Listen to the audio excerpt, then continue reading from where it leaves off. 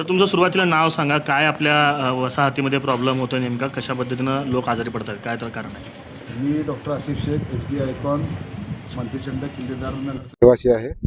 इथं आम्हाला शुक्रवार ते शनिवारपासून ड्रेनेज ब्लॉक झाल्यामुळे त्याचं पूर्ण रिव्हर्स फ्लो आमच्या बोरमध्ये आलेला आहे, जेणेकरून ते पूर्ण पाणी दूषित होऊन सॅटर्डेपासून आम्हा सगळ्या अपार्टमेंटच्या रहिवाशांना उलटी जुलाबचा अचानक त्रास सुरू झाला. मग त्याचा पाठपुरावा म्हणून आम्ही कॉर्पोरेशनच्या अधिकाऱ्यांना, आमच्या नगरसेवकांना सांगितलं. मग त्या हिशोबाने त्याने तो थोडंफार काम केलं, पण ते आम्हाला तसलं त्याच्याऐवजी पूर्ण काम म्हणजे परमनंट हे पाहिजे.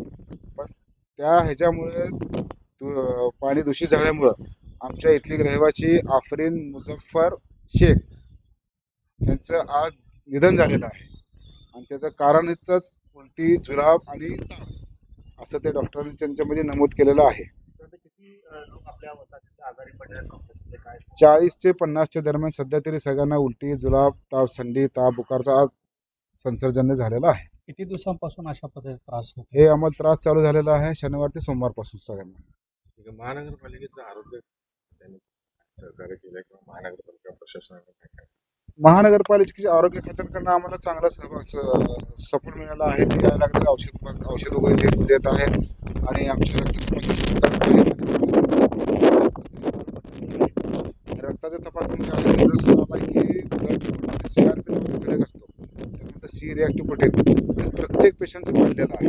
याचा अर्थ हे झालं की प्रत्येक पेशंटच्या बॉडीमध्ये जे चेक केलं त्यांना इन्फेक्शन झालेलं आहे. आणि कॉर्पोरेशनचा असा आम्हाला अनुभव आलेला आहे की त्यांनी फक्त वारंवार त्यांना हे तर आत्ता प्रॉब्लेम आत्ता फ्रेश झाला आहे.